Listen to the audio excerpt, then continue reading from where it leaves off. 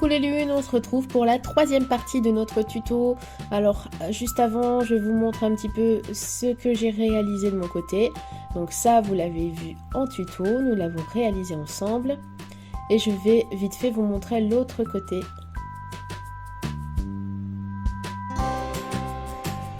Donc vous voyez, j'ai travaillé vraiment de manière symétrique. On va retrouver la page avec l'horloge. Et les rabats faits de la même façon, placés juste un petit peu différemment. Donc il nous reste à nous occuper de la partie centrale. Donc à nouveau, c'est un process vidéo. Je vous montre ce que j'ai fait. Je n'ai pas pris de mesure, vous le savez, je ne mesure pas. Mais si vraiment vous auriez un souci pendant la réalisation de l'album, si une mesure vous chiffonne, si vous n'avez pas compris quelque chose, n'hésitez pas à me le demander et je me ferai un plaisir de vous répondre, bien évidemment. Si vous avez quelques doutes, vous allez voir peut-être aussi que dans la présentation de l'album, ils seront levés parce que souvent quand on voit l'album terminé, on comprend beaucoup mieux. Je me rends compte qu'à l'écran, le fond noir avec les cardstock noirs, c'est pas forcément idéal des fois pour comprendre ce que j'ai fait. Mais je pense que voilà, quand vous allez voir la présentation, n'hésitez pas de temps en temps à les vérifier si vous avez un doute, et je pense que pendant la partie présentation, vos doutes seront levés également. Alors sur cette page, j'ai réalisé une pochette. J'ai choisi de déchirer, parce que moi j'aime bien déchirer le papier. Vous n'êtes pas obligé de déchirer, bien évidemment. Vous pouvez très bien vous amuser à le découper, à utiliser aussi, on a des dies maintenant avec des formes particulières, des arabesques, enfin n'hésitez pas. Et au-dessus de cette pochette, j'ai choisi de mettre un rabat. Alors il faut le centrer, je ne l'ai pas centré, donc il va falloir que je corrige mon erreur. Là, je me rends compte bien sûr que c'est pas bien centré, on va refaire ça correctement.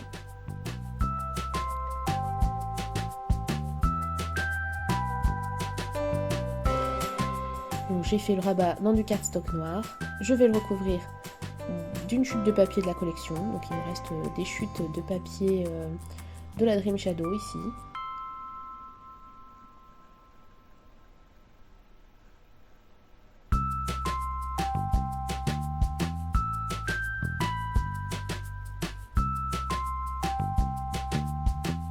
Donc vous voyez, comme toujours, je ne mesure pas, je me sers vraiment de mon massicot comme d'un outil pour gagner du temps.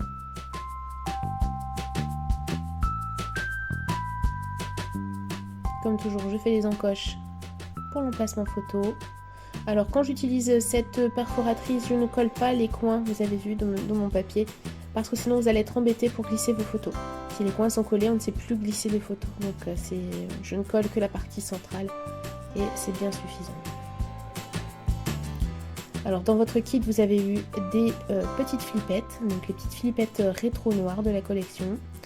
Et donc je vais en utiliser quelques-unes pour fermer les rabats. Donc notamment ici.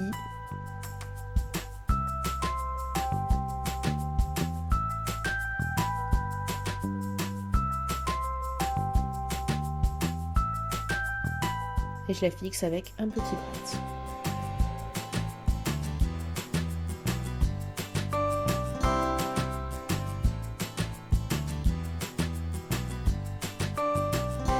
Donc voilà pour la première page. Donc sur la partie centrale, il y a 4 grandes pages et 2 plus petites qui correspondent à la pochette centrale. Donc on va commencer par les 4 grandes pages. Donc très souvent dans ma façon de procéder quand je fais les albums, je coupe mes fonds de page. Donc comme ici, voilà, tous les papiers de la collection Dream Shadow, je les avais déjà découpés à la bonne dimension. Et ensuite je pars de là pour créer mes pages. Et donc je ne fais pas de schéma avant, voilà, je ne fais pas de plan, j'en fais rarement. Je me laisse un peu guider par le moment. J'aime bien ajouter des pochettes. Je fais moins souvent des rabats et cette fois-ci par contre je me suis vraiment amusée. J'ai vraiment voulu faire quelque chose avec vraiment de multiples possibilités. trouve qu'il est un peu différent de d'habitude, un petit peu plus élaboré dans sa construction. Alors pour cette page ici, j'ai choisi de mettre un rabat avec un papier déchiré, donc c'est vraiment volontaire. C'est une des chutes du papier que j'avais déchiré précédemment. Donc voilà, vous voyez c'est un rabat en partie déchiré sur lequel je vais venir coller un emplacement photo. Alors là je cherche comment je peux optimiser de façon à ce qu'on ne cache pas la libellule du papier. J'ai très peu gardé les motifs de la collection Dream Shadow. Principalement c'était des motifs de femmes un peu vintage. Je trouvais que ça n'allait pas avec le thème. Donc ça je ne les ai pas conservés. Je n'ai conservé que les papiers unis, à l'exception justement de ces libellules qui sont vraiment très belles et qui vont bien avec le côté féerique de la collection. Donc là j'essaye vraiment de laisser cette libellule en avant, bien évidemment. Donc je vais venir coller un emplacement photo en dessous de mon rabat, plus une photo voilà, sous le rabat, et la libellule apparaîtra dès qu'on ouvrira ce petit rabat. Donc je vais fixer le tout avec une flippette.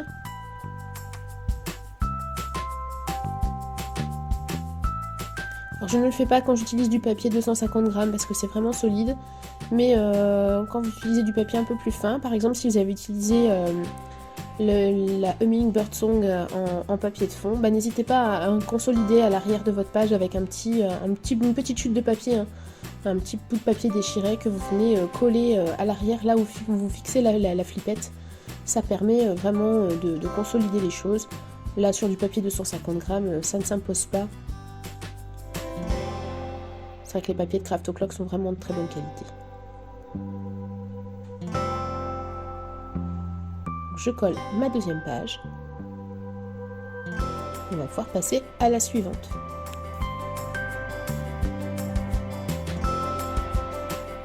Donc ici aussi, je vais utiliser une pochette. Bon, vous le savez, hein, j'aime beaucoup utiliser des pochettes. Ça permet vraiment d'être très polyvalent. Si vous avez des photos à rajouter ou des petits éléments, des souvenirs, des cartes, sait-on jamais, vous pouvez vraiment ajouter tout ça dans toutes ces pochettes. À nouveau, j'ai choisi de déchirer mon papier. Et donc tout simplement, à chaque fois, les pattes de collage font 1 cm. Donc je fais des marques de pli à 1 cm.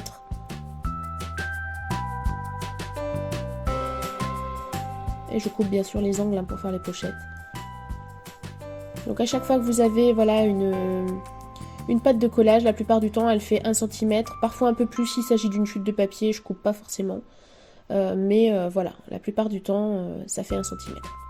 Donc voilà pour la dernière grande feuille. Celle-ci va être un petit peu plus élaborée. Donc j'ai choisi d'y mettre des photos carrées. De mémoire, cela fait 10 cm sur 10 cm. J'ajoute une toute petite patte. Alors je ne sais pas si elle servira à fixer mon rabat ou si ce sera juste une partie déco. On verra bien. Je verrai pendant la partie décoration ce que je vais faire. Donc j'en ai fait 2 comme ça, que je recouvre avec du papier de la collection. On va retrouver une libellule, vous voyez sur celui du bas.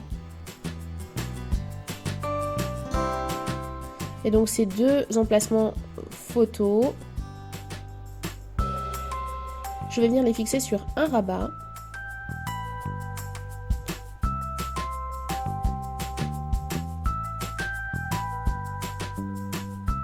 Que je recouvre lui aussi d'un papier de la collection.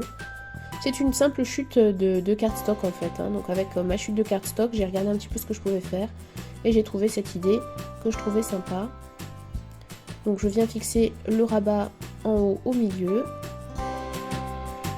et je vais fixer mes 2 emplacements photos sur ce rabat.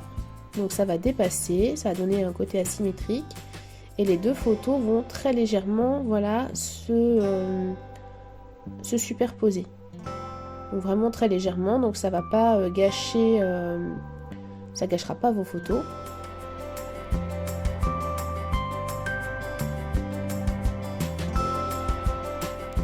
Mais ça va permettre de donner un petit côté asymétrique. Vous voyez, je mets de la colle que d'un seul côté, hein, bien évidemment, pour éviter de coller sur mon papier en dessous du rabat.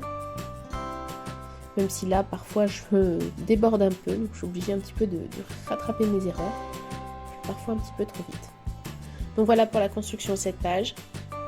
Donc là, vous pouvez très bien fixer un œillet, un ruban, pourquoi pas.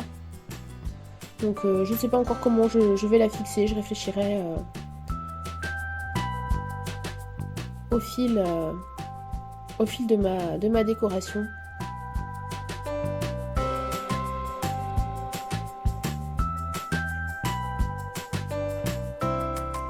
Donc là, bien évidemment, si vous décidez de la fixer avec un ruban, il faudra peut-être fixer un ruban sous la page. Enfin, à vous de voir la manière dont vous allez vouloir fermer cette page. Donc il nous reste à nous occuper de la partie centrale. Donc pour la partie centrale, j'ai décidé d'utiliser l'enveloppe que vous avez eue dans le kit. Le souci de cette enveloppe, c'est qu'elle était trop grande. Donc il a fallu que je la rétrécisse un petit peu. Donc je vous montre, j'ai retracé des lignes de plis. Donc j'ai fait attention que ça ne gêne pas au niveau des designs. J'ai recoupé légèrement les emplacements qui étaient en trop dans les parties supérieures et basses de l'enveloppe. Je vais coller une partie sur une patte de collage et la seconde, par contre, la seconde patte de collage, je la laisse libre et elle va me servir en fait de patte de collage pour fixer sur ma feuille. Donc vous voyez, de l'autre côté, j'ai juste mis une petite ligne de colle pour fermer quand même mon enveloppe. Et cette enveloppe, voilà, va me servir de rabat.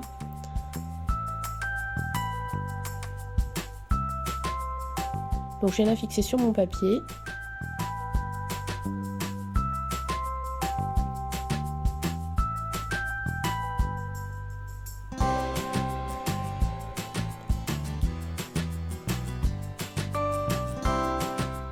Et je colle mon papier. Donc c'est une page vraiment très simple. Non, la petite fantaisie, ce sera l'enveloppe du kit.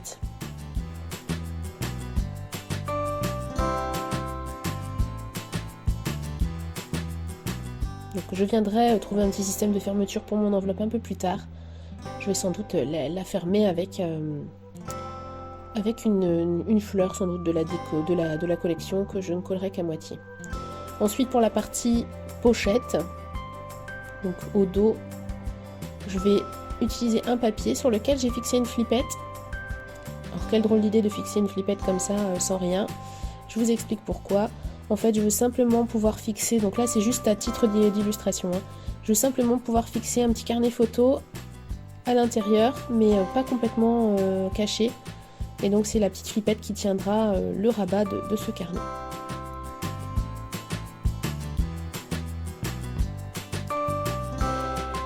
Voilà pour les pages que nous avons fait ensemble. Bon, il me reste à habiller encore certains papiers. Et à rajouter des carnets photos. Et bien je vous retrouve dans la dernière partie pour la décoration de notre album. À très bientôt!